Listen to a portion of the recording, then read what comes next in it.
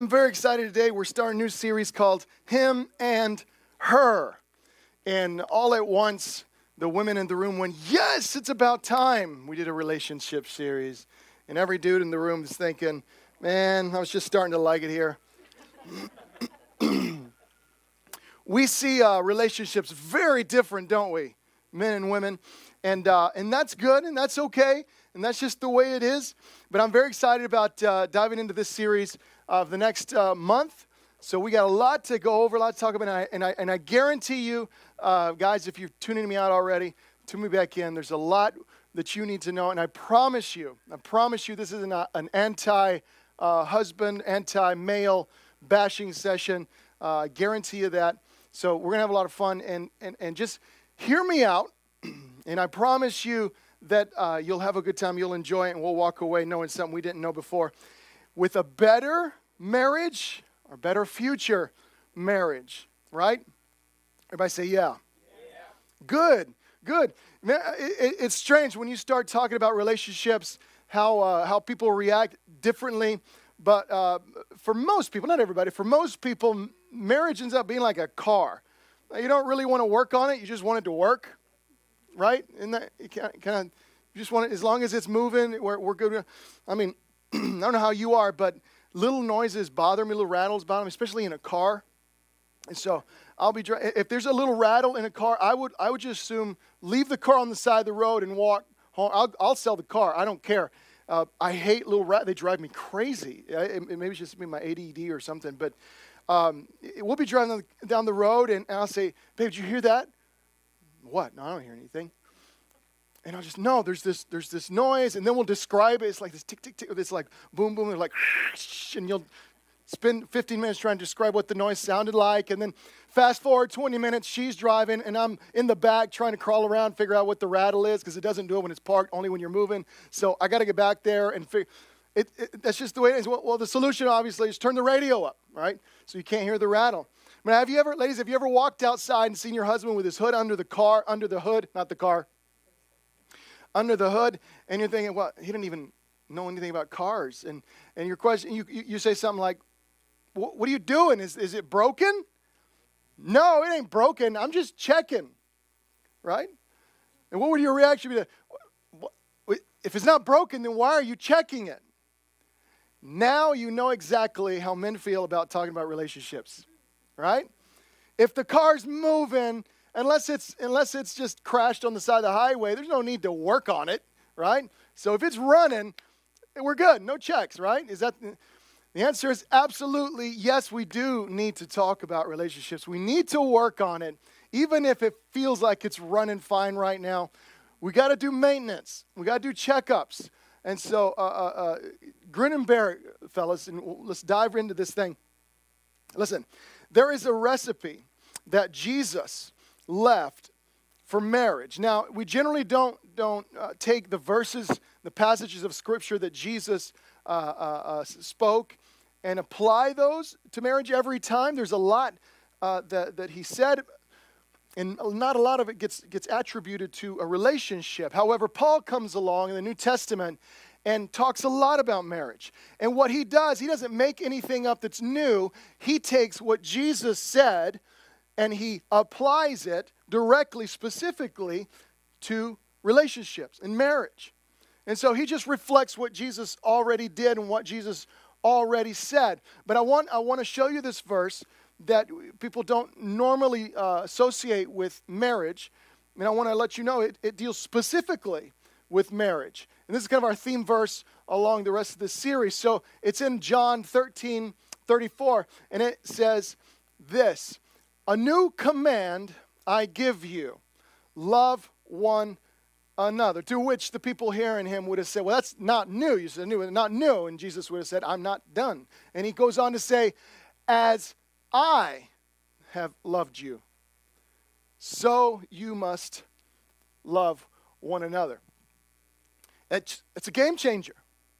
Love one another, everybody kind of knew that, but Jesus does not leave open interpretation of what love looks like or what you feel love is or what you think love is. He says there's a specific way that I want you to love one another.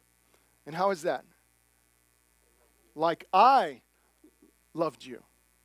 Love one another like I loved you. And in the context of this passage of what Jesus is talking about, love, Paul comes along later on in the New Testament and says, you know what? Let me just put some handles on this. Let's talk about marriage a little bit. When Jesus says, I want you to love one another, right? Specifically, it means relationships. I mean, hello, relationships. The most important relationship is family, marriage. And Paul ties it all together. And not coincidentally, when Jesus is referring to husband and wife, Paul is referring to husband and wife, he always refers back to the example of Jesus and the church, right? He says, husbands, love your wives just as Christ loved the church and laid himself down for. He uses the example of what Jesus did and Jesus said. And so when Paul refers to marriage and how husbands and wives are supposed to get along, we can refer directly back to what Jesus says. And what Jesus says is love one another. Not just any kind of love or what you feel love is. Specifically, I want you to love each other in marriage the way that I have loved you. That's how I want you to love. Now that's a little bit intense because that elevates the situation, doesn't it? It takes it a step further. That's more specific. And Jesus does not leave room for interpretation. So that's it. That's the recipe. That's the benchmark. That's the bar right there. Love like I have loved you. You can thumb that, hang on to that, mark that, tweet it, whatever you want to do. That's our theme verse for the rest of the series. Today I want to talk specifically, I want to kind of lay the groundwork for what we're going to be doing the next few weeks. And I feel like we have to start here because if we don't, we'll leave a lot out and then we'll be in a mess later on. You got to start with what the original issues are if you want to fix the problem later on, right? So I want to talk today about something that every single one of us brings into marriage. And if you're not married, you still have to deal with this. And I guarantee you, if you start now dealing with this, your marriage will be way ahead of the game than many of us when we got started. Every single one of us brings with us a box when we get married. A box. And in this box that we carry with us in marriage, we contain all of our hopes, all of our dreams, all of our desires for marriage. In this box is our version of what a perfect future, a perfect marriage looks like. And we have put all of these things in our box that we think will define a perfect relationship, a perfect marriage. And so as we go through life, we put things in here. All of our hopes are in here. All of our dreams, what we want to do with our lives, with our futures. What does our future as a husband and wife look like? Our desires, all those kinds of things. They're all in this box. And we bring this box into marriage with us. With us. I bet you didn't know you had a box. You do. We all do. Now, in this box, there's a bunch of different kinds of things. There's a clock, right? There's your hopes and dreams and desires of how you're going to spend your time with your spouse. Am I going to hang out with my friends? Is she going to hang out with her friends? Do I have to get new friends? Can we just have like our friends? Is there have to our friends now? How does that work? I don't know. But there's your hopes and dreams, and your version of what that looks like is in your box, whether you express it or not. It's in there, right? And then we also have, this is a good one.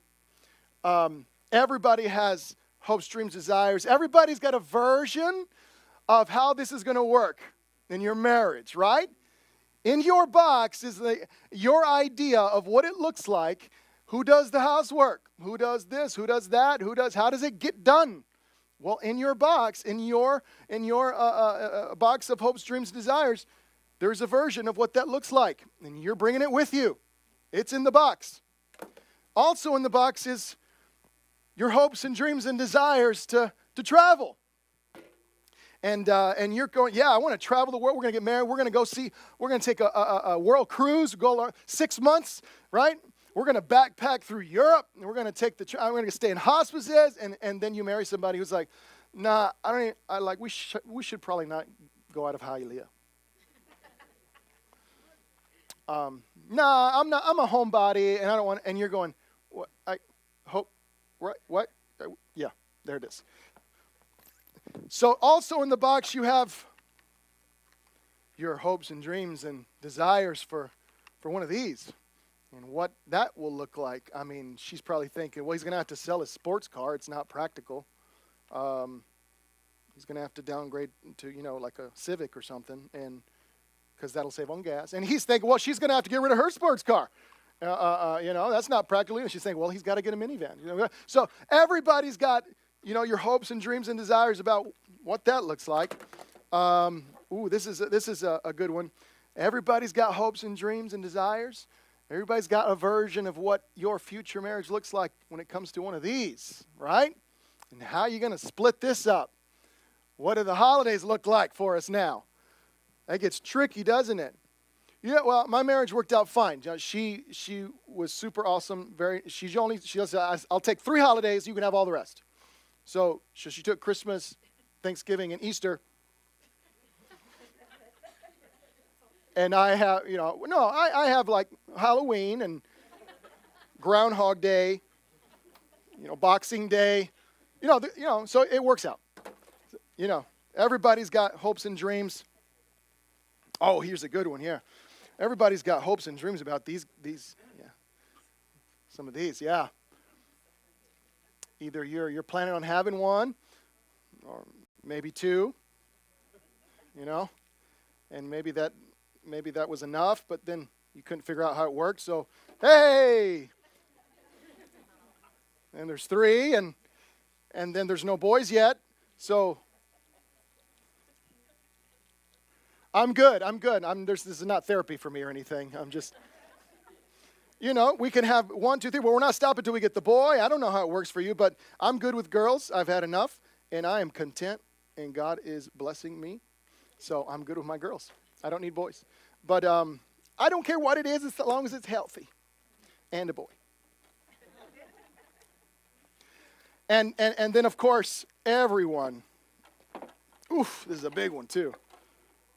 Everyone. Oh, man. Woo, that's a big, yeah. Everyone has expectations and dreams for one of these. What is this going to look like? Where are we going to live? This one opens. You can see inside, right? It's very nice. Are we going to rent, lease, own? How many bedrooms do we need? Is it going to be an apartment, condo, house? Everyone has an idea. Everyone has hopes, dreams, desires of what you feel it should be like for you in your marriage. And you bring that with you, don't you? So there's that. They're going to repo this. Oh, man. Not board game money, but you get the picture. Everyone has hopes and dreams and desires about this stuff, don't we? Don't we? Say yeah. I mean, how much money do we need to make? What kind of job do I need to have? Oh, no, we don't need money. We'll just live on love. Maybe. Is she going to stay home and I work? Am I going to stay home and she work? Are we both going to stay home because we have so much of it? I don't know. Everybody's got hopes and dreams and desires when it comes to that. And by the way, nothing will cause a fight faster in your marriage than this stuff. You know what I'm talking about? You could be fine, and all of a sudden, it breaks out, and this nasty stuff right there. And then we got these guys. Everybody has a version of this in their box, too. What does it look like for you and your marriage? You carry it in your box when you walked in. When you said, I do, these guys were in there. How are you going to resolve conflict in your marriage?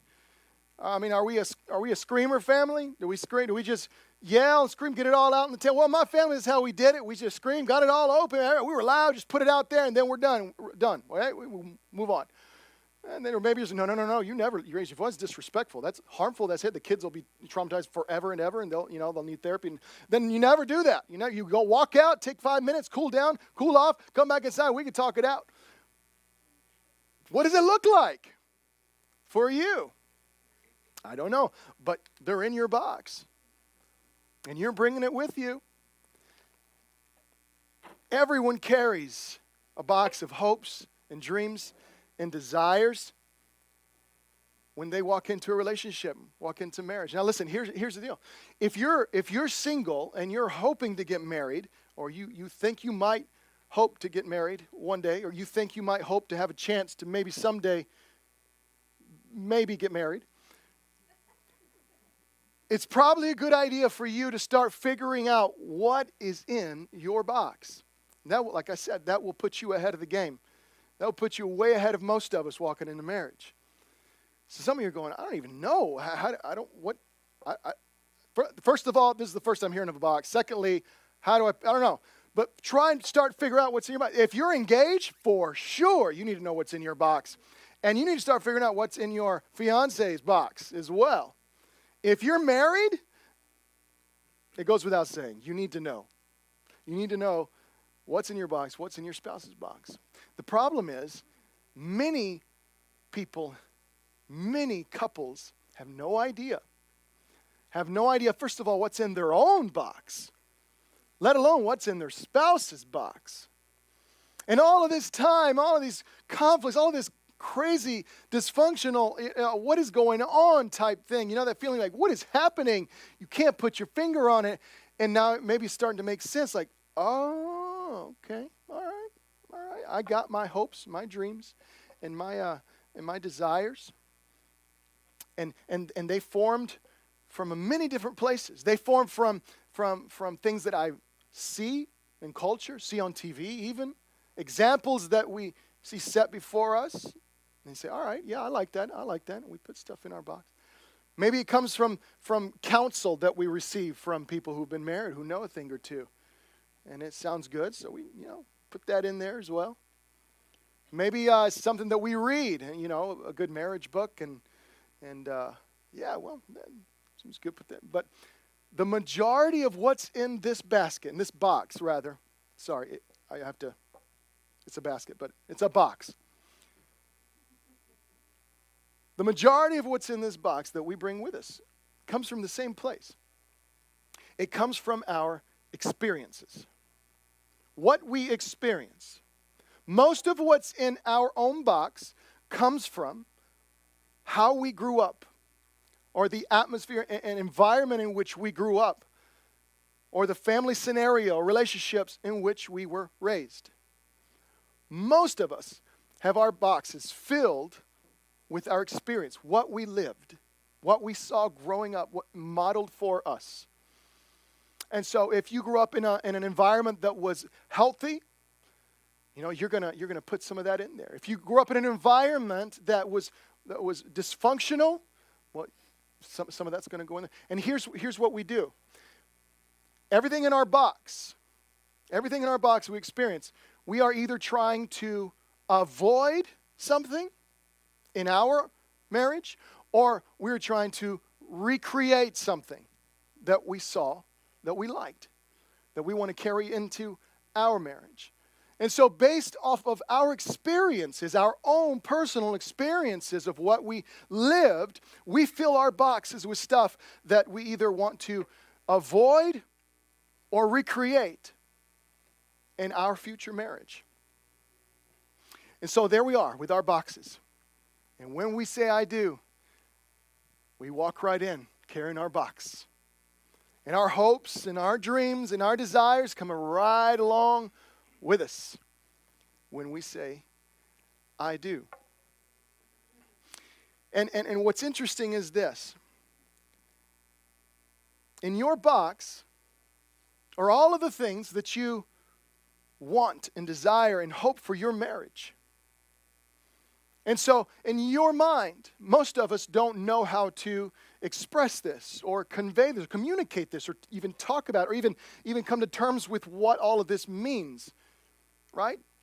But nonetheless, We carry our box. And at some point, every single one of us do the same thing. We all do it. We don't mean to do it. We don't know half the time we're doing it. It happens naturally in a relationship, in a marriage. We will take our box that we filled up and we'll come across to our spouse and we'll say, here are my hopes and dreams and desires. I'm giving them to you. And now I'm counting on you to make them a reality. Every one of us does it. And we don't know we're doing it. It just kind of happens. We don't mean to do it. But at some point, every one of us gives our box of hopes and dreams and desires to our spouse and says, here, now I'm counting on you to come through for me with my hopes and my dreams and my desires. Based on stuff I want to avoid in my marriage, based on stuff I want to recreate in my marriage. We all do it. And see, here's what happens. When you give your hopes, your dreams, your desires, what's at the core of that? My hopes, my dreams, my desires. Me. It's mine. These are my hopes. These are my dreams. These are my desires.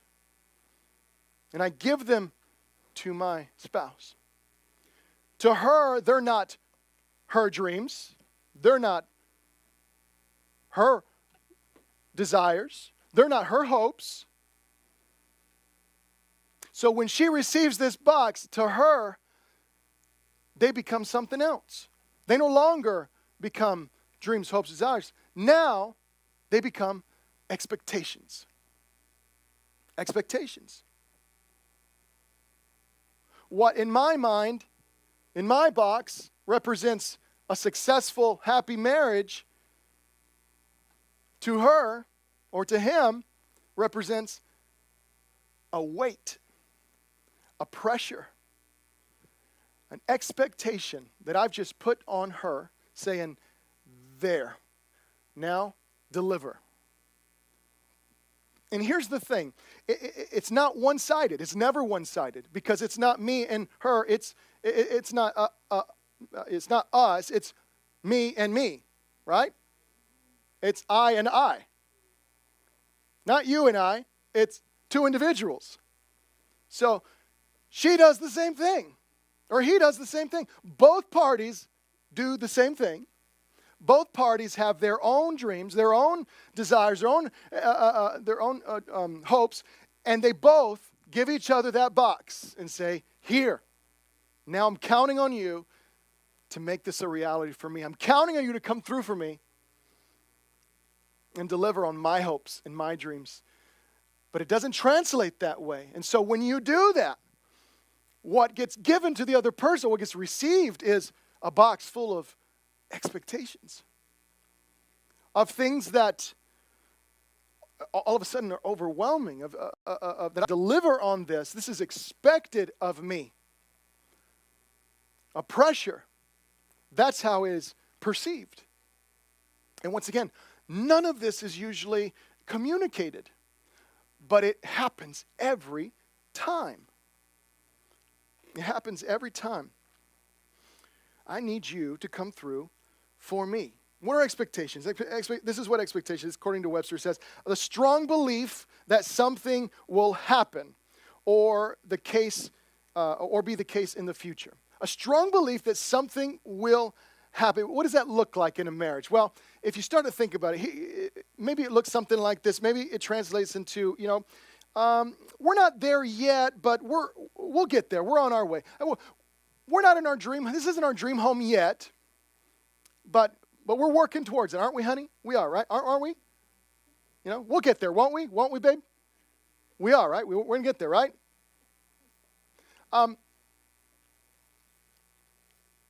He hasn't given it up yet, but he's doing better. He will. He will. He'll get there. Won't you, babe? Won't you? You'll get there. She hasn't changed her mind yet, but she will, right, babe? She will. She'll change her mind. Expectations. You don't even know their expectations, do you? You don't recognize them as expectations. But it all spawns off of what you brought with you in your box of dreams and hopes and desires, and counting on someone else to deliver on those hopes and dreams and desires, and vice versa. The problem is this. Anytime we attempt to recreate or avoid something from the past, it always transforms our hopes and dreams and desires into expectations. Anytime you try to avoid something from the past or recreate something from the past, it always creates expectations for the other person. Think about it. If some of you have been blessed by godly parents who had a good relationship, you want to emulate that. And that's all those things are in your box. You want to emulate. All of a sudden, now your spouse has the expectation and the pressure to deliver on the relationship that you saw your parents have. And that is a tall order, because I guarantee you never saw the times your parents duked it out in the bedroom. You didn't see all the stuff they went through. You just saw maybe the good stuff. And that's one scenario. And then you internalize that. You're going, yeah, I want my marriage subconsciously to be like that. And now, without even knowing it, you hand your box to your spouse and go, that's what marriage should be like. And all of a sudden, all of these expectations are given to somebody, and they're expected to deliver on your hopes and your dreams and your desires. And what happens is there's a collision between I and I. I and I. What happens when I and I collide? What happens when eyes collide? Well, I'm going to give you a list. If you're jotting it down, you should, because this is good stuff. You'll want to take notes. So, also, you'll want to take notes next week as well. It's going to be just as good.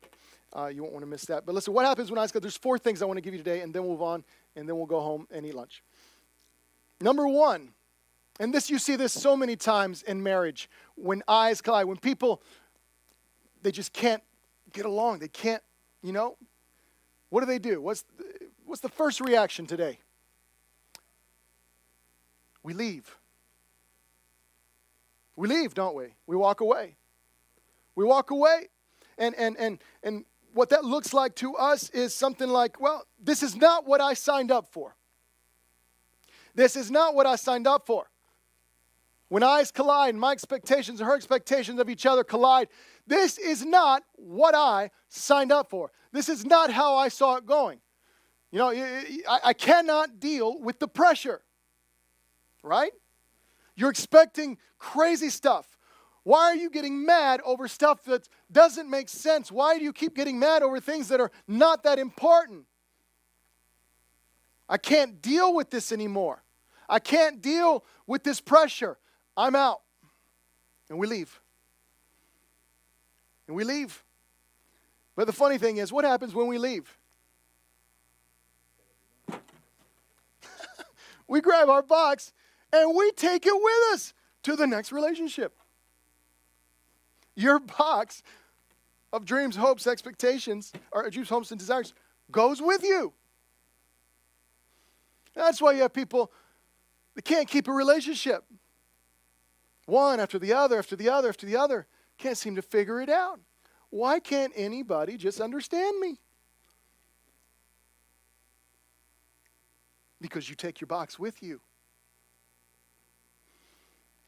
The second thing that happens when eyes collide is we win.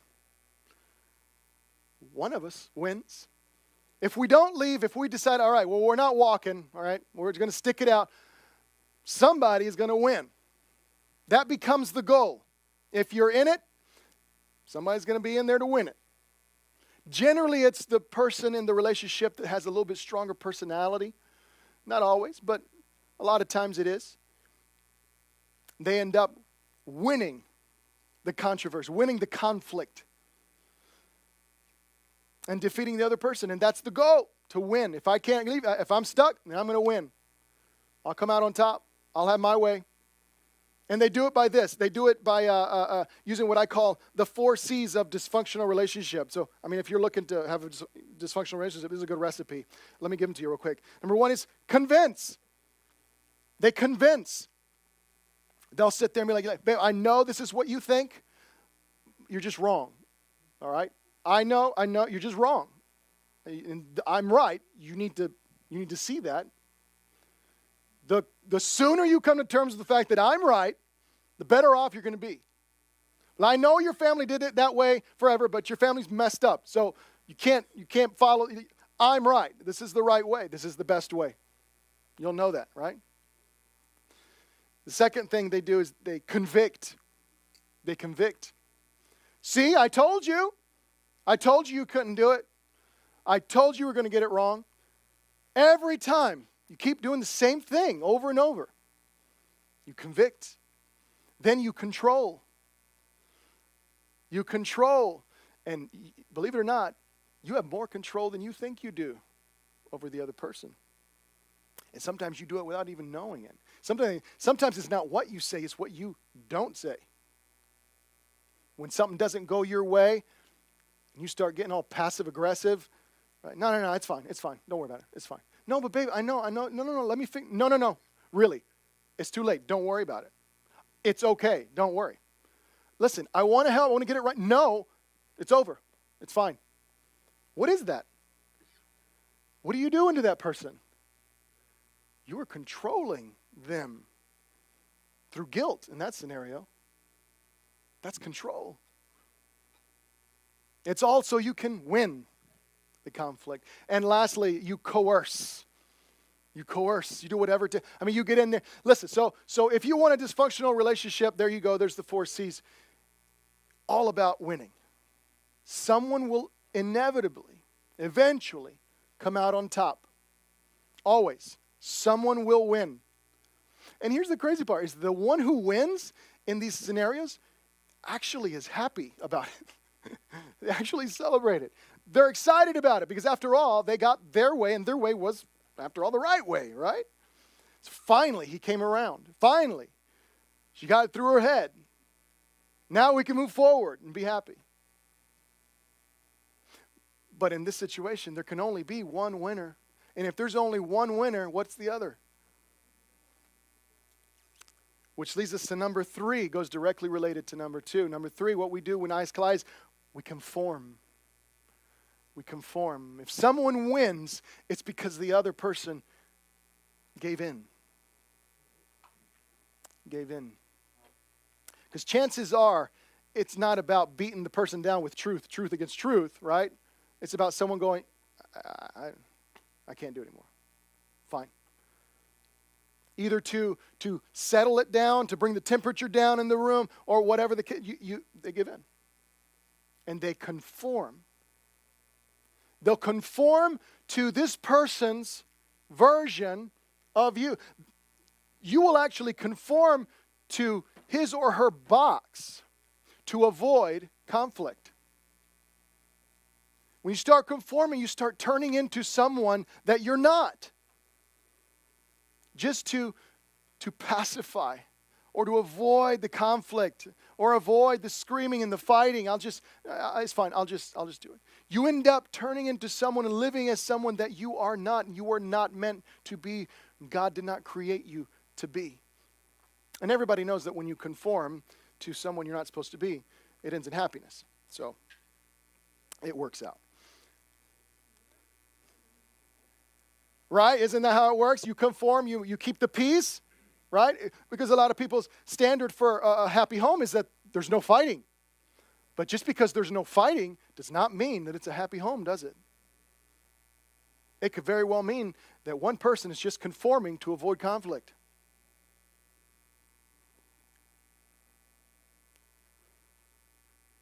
And by the way, whoever said happy wife, happy life needs to get beat in the face. That is a guy's way of conforming like a pro. Right? Like, it ain't worth the fight. All right, I'm out. Happy wife, happy life, whatever. Then you go.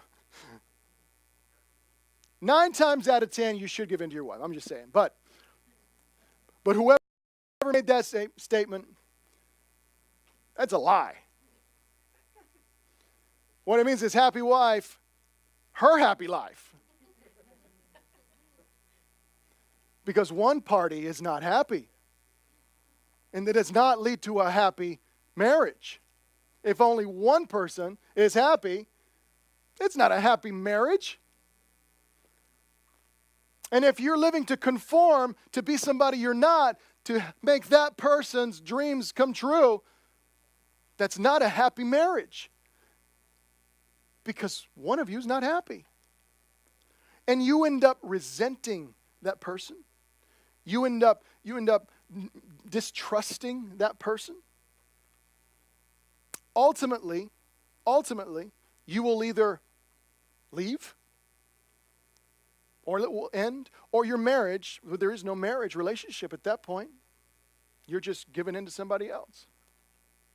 That is not the definition of a happy household. The fourth thing that we do is we compromise. We compromise. We leave, we win, we conform, we compromise. And here's the crazy part. Okay, when we talk about compromise, I got to be careful and specify, because for a lot of couples, for a lot of Christian couples that I know, this is the standard. This is the goal. This is what you aspire to in a marriage. After being married so many years, and they'll come around and they'll say stuff like, I've heard people have said this to me, married couples have said this to me, you just got to be committed to your marriage. You just got to buckle down. Compromise. That's the secret right there. Compromise. That's what it takes. Compromise, and you got to commit to the marriage. Compromise. And a lot of people believe this. Like, they get to a point in which they have become so accustomed to living with each other that what's the use in fighting at this point? I know how it is. She knows what I do. I know what she does. We know how we are. We just we have an arrangement. That's what it is. Living a compromise-based relationship is living based on an arrangement. We've come to terms on how we are and who we are and how we live, and we can coexist like that. And it's not unpleasant per se. It's tolerable. You can survive. You can very well make it to the end of your life and have a decent marriage, I guess. And many of us may have seen something like this in our parents' relationship. They weren't particularly unhappy, but they weren't crazy about each other either. I mean, they got along. They had some good times. They compromised, They came to terms with how things were, and they moved on. And that was it. And you listen, you may be able to go the distance like that. You'll get there. You can do it. But I'm going to tell you right now, there is more beyond compromise. There is more for your marriage beyond just compromising and coming to an arrangement. It becomes more of a contractual business agreement than a marriage relationship. You compromise.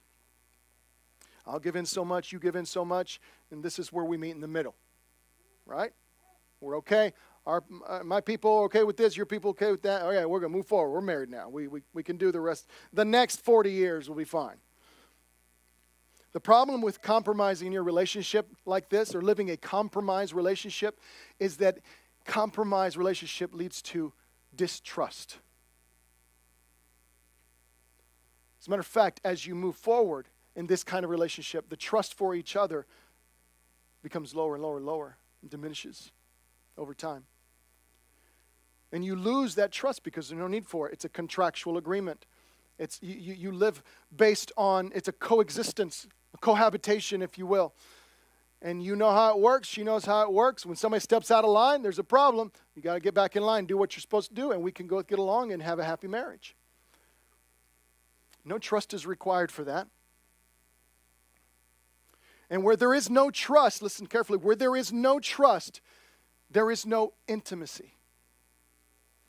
There is no intimacy. You cannot be intimate with someone who you are not willing to give yourself to completely. And you cannot give yourself completely to someone who you do not trust.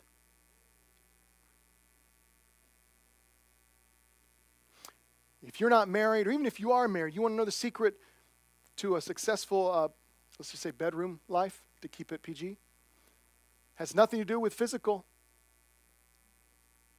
Has everything to do with intimacy. Intimacy. You cannot be intimate with someone who you do not fully trust.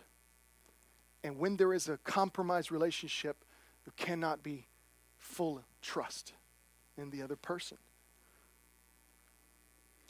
And in the end, you hear people who live this kind of relationship say, well, like I said, you got to commit. You just got to buckle down. You know, you took a vow.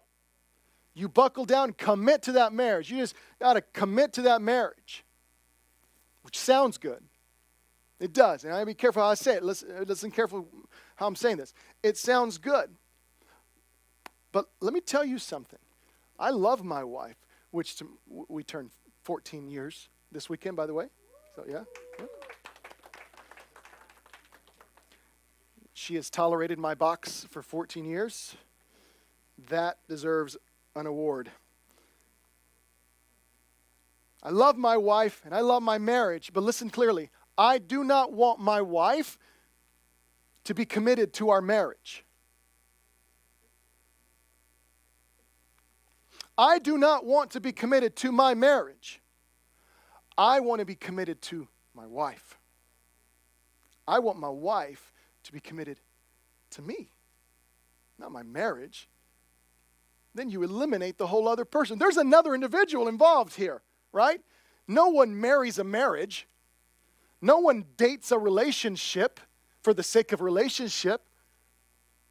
There's another human involved. And it makes all the difference. You see, by saying you got to commit to your marriage, I understand the idea, but there's more to it. I don't want to just survive. I want to commit to my wife and her commit to me. That goes beyond committing to just your marriage. No one marries a marriage. Commit to him, to her, not just the marriage. And when eyes collide, ultimately, we loses. When eyes collide, we loses.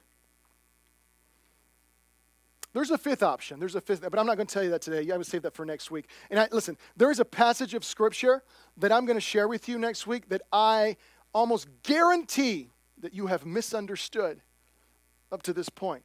And when we unpack it next week, it's going to blow your mind. It's going to turn your marriage upside down. It's going to set you free. It's going to change. It's a game changer, what I'm going to tell you next week. But you got to come back next week to hear that. So that was just a plug for that, unapologetically. For the next couple of minutes, and then we'll wrap it up. For the next couple of minutes, I want to kind of reframe this whole idea and see if we can put some handles on it, take it home, and start working on this right away. Let's talk a little bit about expectations for the next couple minutes. Expectations, we already said, is the hope that something will happen or come to pass or something will work out, right? When we give our spouse that box of our hopes and dreams and desires, it becomes their expectations, right? But here's what happens with expectations. Expectations, living an expectation-based relationship will lead to a debt-debtor relationship. Living based off of expectations creates a debt-debtor relationship What does that mean? That when I give my spouse, when I said, here, I'm counting on you to deliver for me my hopes and dreams, right? That's what marriage is. Yeah. What you're saying is, you owe me this. You owe me this. If I am expecting her to deliver on these things, what I'm saying is, you owe me this. Isn't that the basis of almost every conflict, and for sure every divorce in any marriage has ever happened? You didn't deliver on your end, or I deserved, or I didn't deserve what you know what I'm saying? Always having to do with, you owed me. You owe me. When there are expectations, there is a debt involved. And there's a debt. Now, it always comes down to this, and let's see if we can rephrase this a little bit so we can understand this whole debt there thing. Maybe you don't really think of it as a debtor, but maybe here's how it translates into everyday life. Maybe it sounds something like this. Well, that's what they're supposed to do. That's what women are supposed to do. That's what men, husbands, are supposed to do.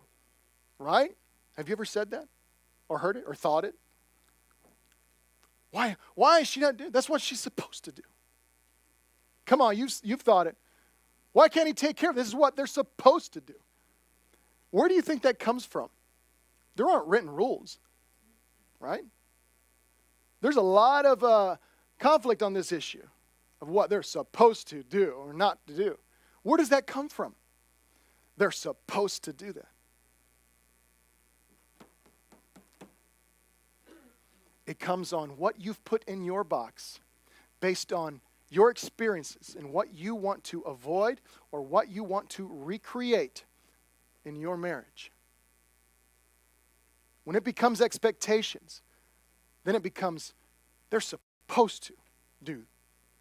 They're supposed to. Do you see how it's working out? Anytime you say or you hear, they're supposed to, it's a dead giveaway. You got a debtor relationship. What you're saying when you say you're supposed to is that you owe me. You owe me this. You're supposed to do this. This is a given. This is expected of you. Right? It gets really touchy when you start talking about those things, the roles of the husband and wife. Everybody gets, we get all uncomfortable and unsettled when we start talking about the roles in the family. I ain't talking about jelly rolls. Now listen, women have stopped coming to church because of a Bible verse that says the word submit. Woo! Now, I'm going to tell you right now, next week's going to be so good. I'm going to set you free. You don't even know what's about to hit you next week.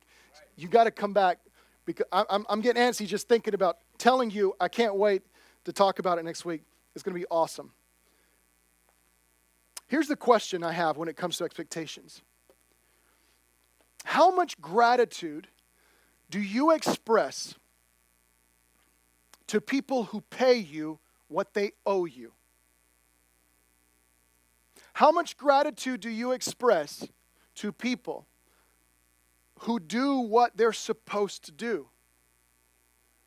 How much gratitude do you express to people who just do the bare minimum, they do what's expected of them?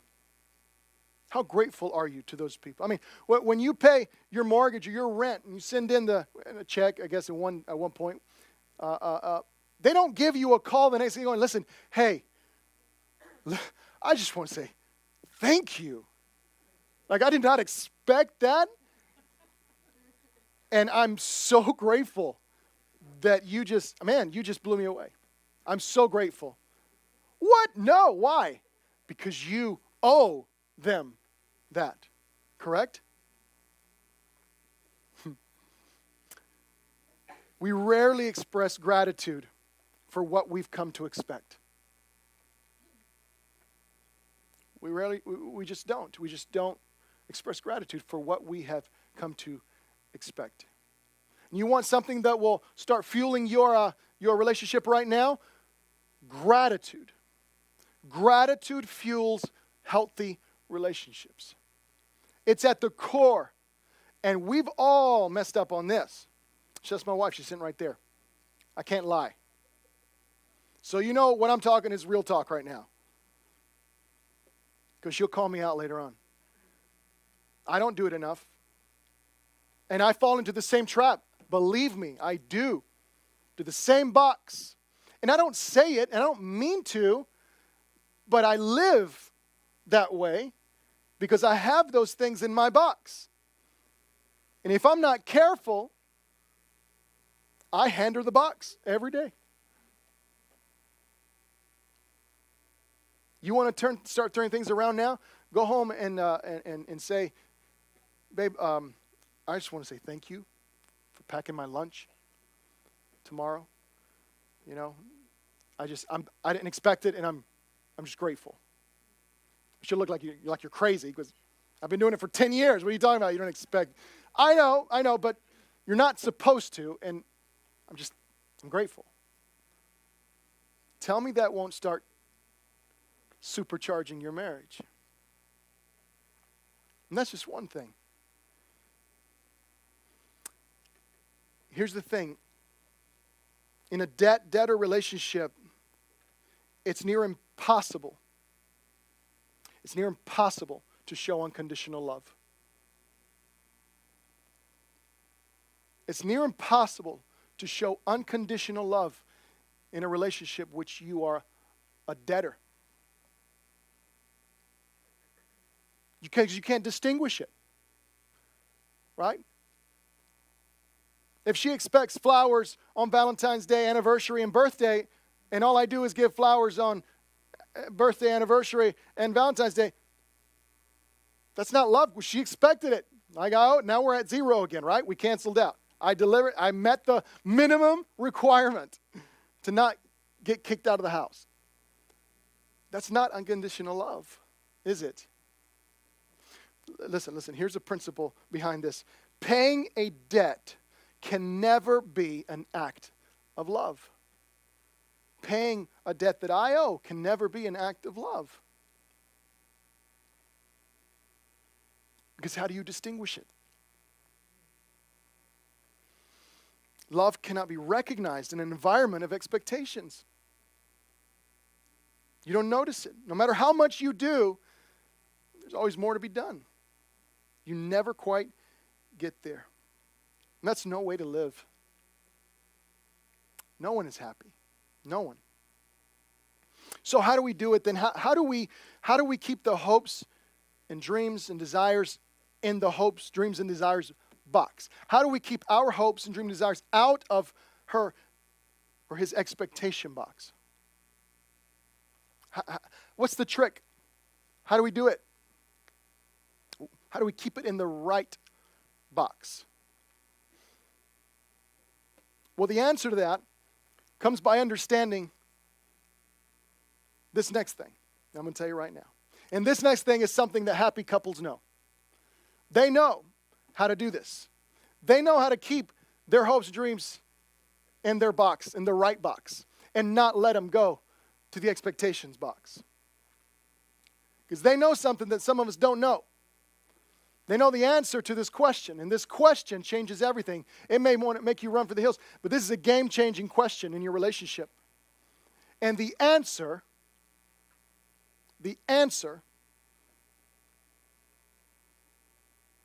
will turn your life around.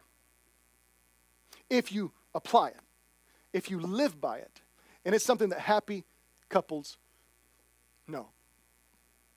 The question is this: what do they owe me? Ask that question to yourself about your spouse. What does she owe me? What does he owe me? That's the question. That's the question that happy couples know the answer to. And it allows them to keep perspective. It allows them to keep their hopes and dreams in the correct place and not put them in a box and hand it over. The answer to that question What does she owe me? What does he owe me? Do you want to know the answer that happy couples know? The answer is absolutely nothing. Nothing. She owes me nothing. He owes me nothing. There is no debt to be paid. Furthermore, here's how they live. Happy couples live with the principle that I owe her everything, but she owes me nothing in return.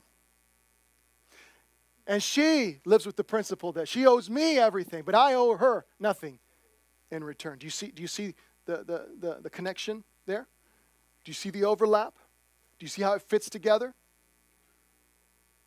Both parties, happy couples do this. Happy couples know this, and they live this way. Both parties live this way. She owes me nothing. She owes me nothing, but I owe her everything. It will transform, revolutionize your marriage to start living that way.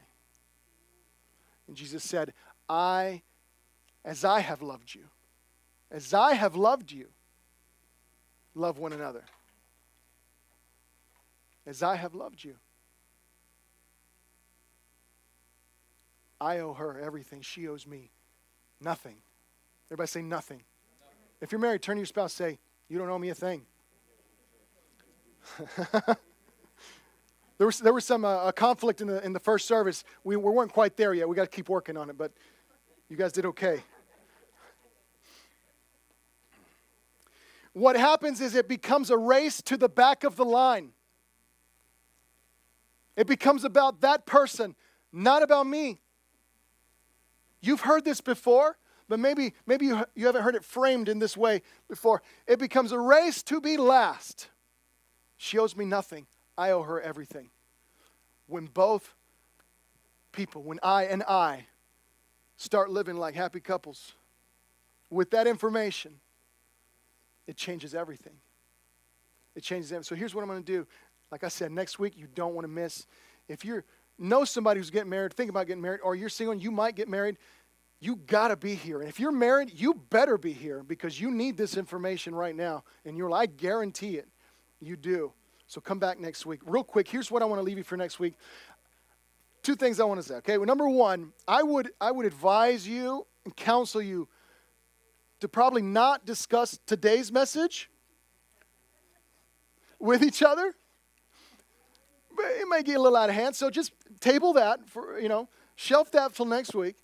But here's what I want you to do. I got a homework assignment for you.